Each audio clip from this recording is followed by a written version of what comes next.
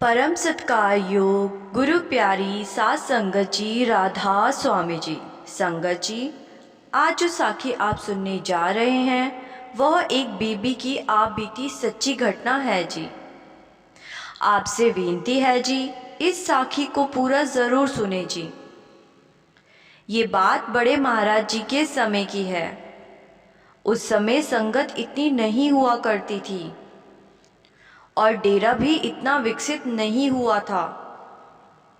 उन दिनों एक बीबी जिसका नाम मेहर कौर था, जो डेरे नित नियम से जाया करती थी। मेहर गुरु घर और संगत की खूब सेवा करती थी। वह सेवा का मौका कभी नहीं छोड़ती। जब भी उसे सेवा का अवसर मिलता वह सबसे आगे होती। उसने अपनी सारी उम्र डेरे में खूब सेवा की और क्योंकि उस वक्त संगत इतनी नहीं होती थी तो सद्गुरु से बात भी आसानी से हो जाया करती थी। किसी भी तरह की कोई रोक टोक नहीं थी। तो मेहर जब भी सेवा पर जाती सद्गुरु से बहुत सारे प्रश्न पूछती। सद्गुरु उसके हर सवाल का जवाब उसे दे देते। सद्गुरु उसको हमेशा समझाते, सेवा सत्संग के साथ साथ भजन बंदगी भी किया कर। लेकिन वो हमेशा यही कह देती कि बाबा जी, जब तक शरीर स्वस्थ है तब तक सेवा करने दो, उसके बाद तो भजन बंदगी ही करनी है।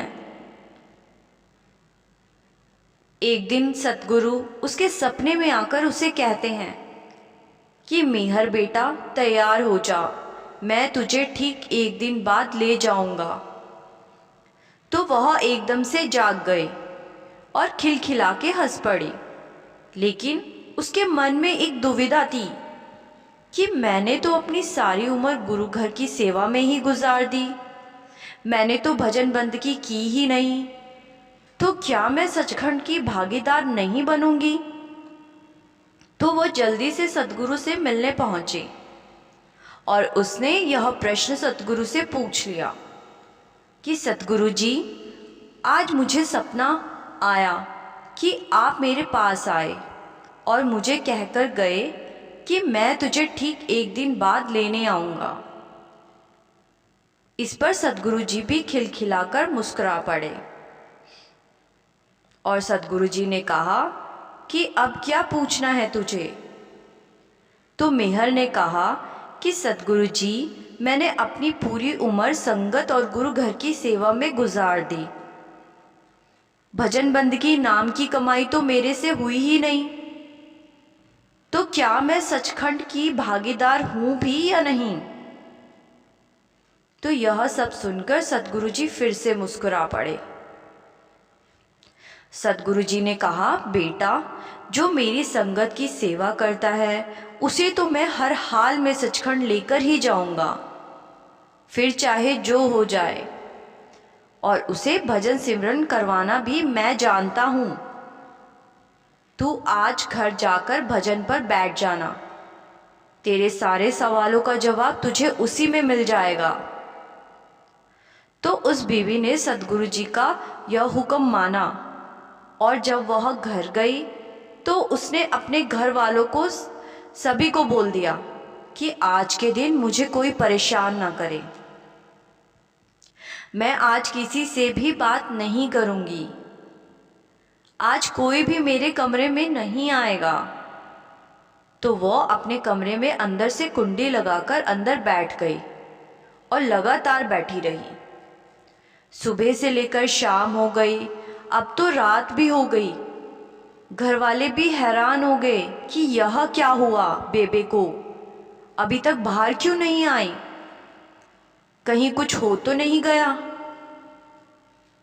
उन्हें भी डर लगने लगा, लेकिन वह भी क्या कर सकते थे, क्योंकि मेहर यानी बेबे ने बोला था कि मुझे कोई परेशान ना करे और ना ही मेरा कमरे में कोई आए। तो उन्हें भी चिंता होने लगी। तो उसके बाद जब रात को लगभग 1 बजे अपने भजन से उठी तो उसके चेहरे पर अलग ही नूर था, एक चमक थी। उसके चेहरे पर तो यह सब देखकर सभी घरवाले हैरान रह गए कि यह बेबे को क्या हो गया है। इनका सब कुछ बदल गया है, यह पहले जैसी नहीं है। उनके घर वालों को पता चल चुका था कि बेबे को अवश्य ज्ञान प्राप्त हो गया है।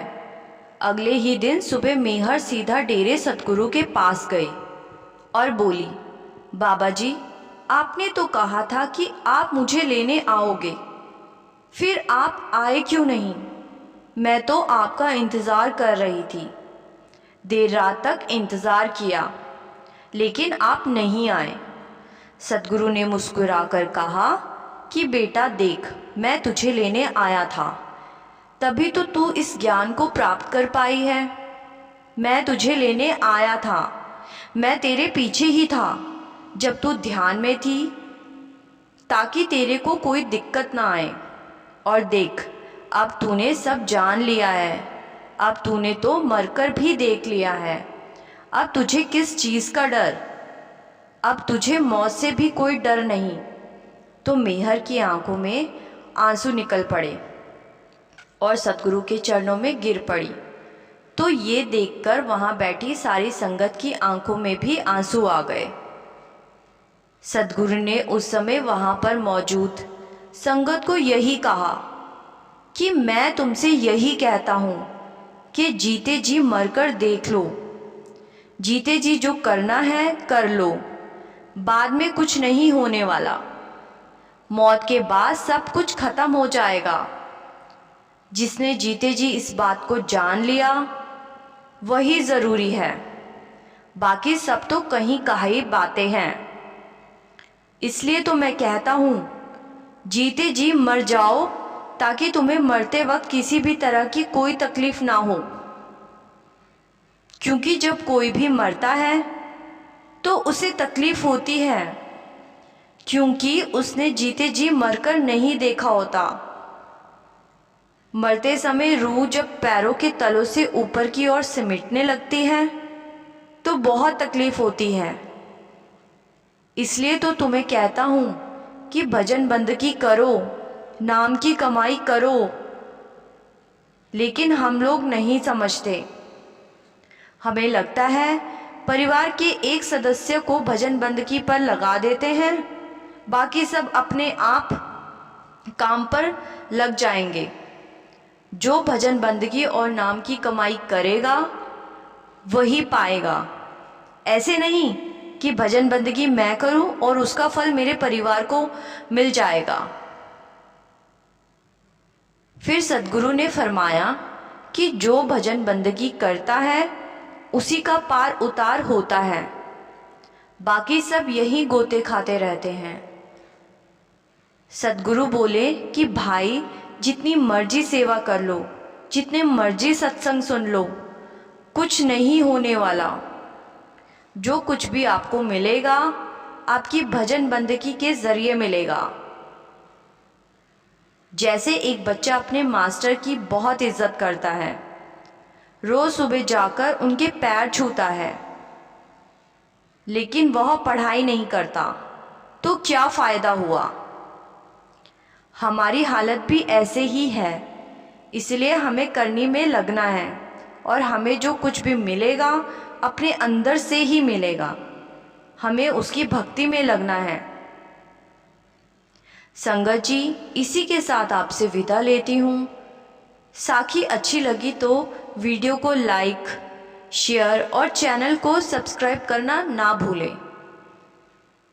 गुरु प्यारी साथ संगत जी, राधा स्वामी जी।